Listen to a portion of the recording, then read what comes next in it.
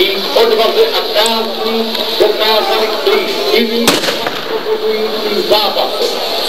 Kázeň a odvaha je jediným příkladem síle. 41 a.m. at General Eisenhower's headquarters, General Jodl, representative of the German High Command, and of Grand Admiral Dönitz, the designated head of the German state, signed the act of unconditional surrender of all German land, sea, and air forces in Europe to the Allied Expeditionary Force and simultaneously to the Soviet High Command. Hostilities will end officially at 1 minute after midnight tonight, Tuesday the 8th of May. But in the interest of saving lives, the ceasefire began yesterday to be sounded all along the front, and our dear Channel Islands are also to be freed today. The Germans are still in places resisting the Russian troops, but should they continue to do so after midnight, the German war is therefore at an end. Advance Britannia!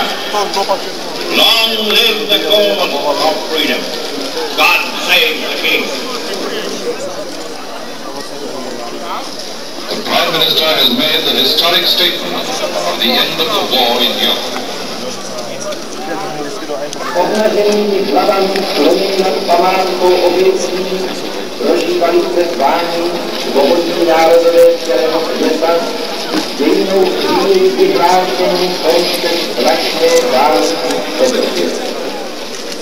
Společnému úsilí a nezměrným vedoucím vojským slavím spojeneckých armád angloamerických a slavné armády podařilo se zlomit otroctví na světí v celé Evropě.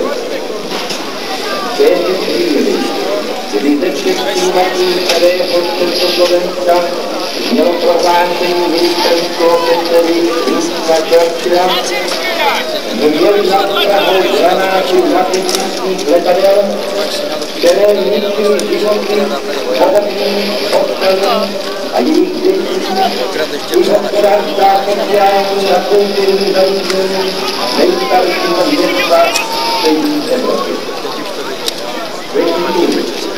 Když všichni národové zaradili na prohlášení míru v Evropě, Praha i venkov se museli tvrdě bránit. Angloamerické armády ze západu a Rudá armáda z východu osvobodila města a velká území Československa od nacistických vojsk, zlomila jejich odpor a donutila je k kapitulačním bojem, který nemá obdoby v dějinách světa.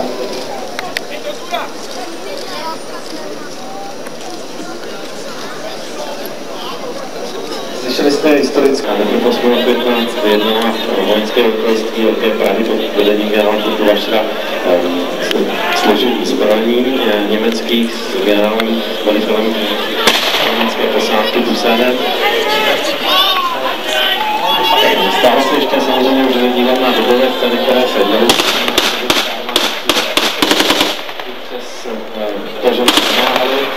7. května ten největší boj probíhal právě ve středu města Pankráci Nuslík, ale i tady na Žižkově, protože se z venkovních částí mimo pražských tlačila německá vojska z Benešova na likvidaci povstání a právě Vlasovci a díky Vlasovcům se podařilo veškerá tu jejich činnost zastavit.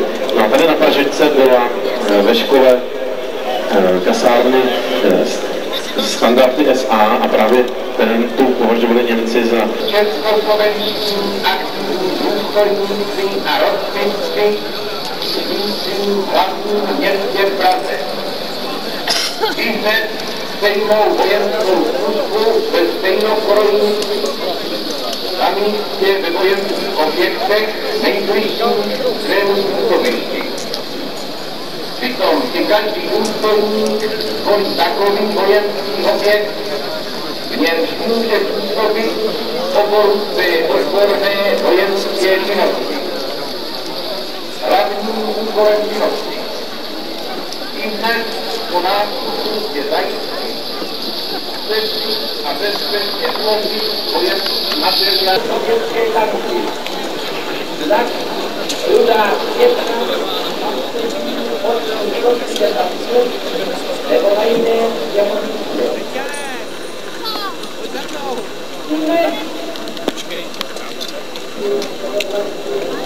Ráda to je jeden z nejkrásnějších bájek v historii.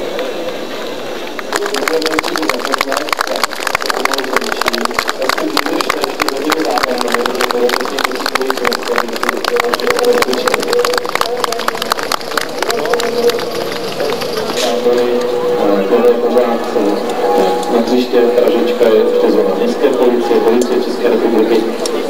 Jsou tam vystavena hasičská vozidla. Tady ještě můžeme vám ukázat ve stánku Vojenského historického ústavu pár věcí. Ještě než skončíme a zhruba do 6 hodin tady se můžete seznámit s historickými táky. Samozřejmě tyto bojové ukázky neprobíhaly takto nárazovitě, aby je to originál povstalecký, který bojoval v řadách našich občanů a je ze sbírek Vojenského historického ústavu a doplňuje se výstavy v rámci výstavy fotografické na Staroměstském náměstí, která bude pokračovat. Stůj! Levaja! Levaja! Levaja! Levaja! Raz! Dva! Tři!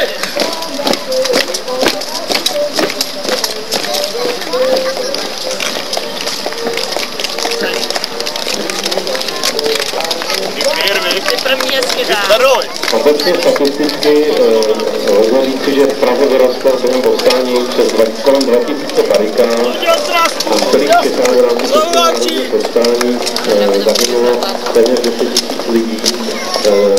Možná můžeme dodat, že zbytečně ne kvůli těm bojům, které propukly, ale kvůli tomu, že spojenci se dohodli na té linii, kterou se... No, nyní se uklízí technika do dvora, tam si budete moci prohlédnout. Před vámi jede jeden ze dvou zachovaných stíhačů tanků, který je z Vojenského technického muzea v Lešanech, Vojenského historického ústavu, tam je můžete vidět. Je z produkce Českomoravské TOP Zdeněk, je postaven na velmi úspěšném lehkém tanku Z38 předválečném.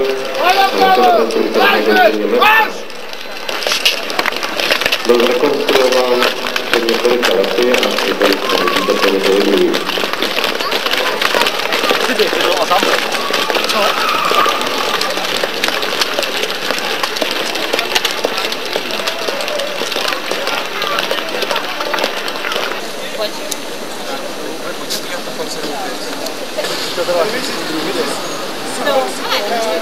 Sotva jsem postovala, byla asi 4 na 3, 2, 10 a poslal SMS.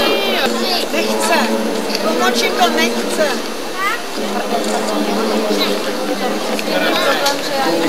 Říkal, kámo, že tady byl...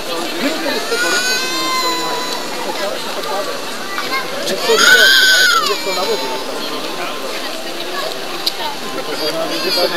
Že to má po tátovi ještě ve stodole.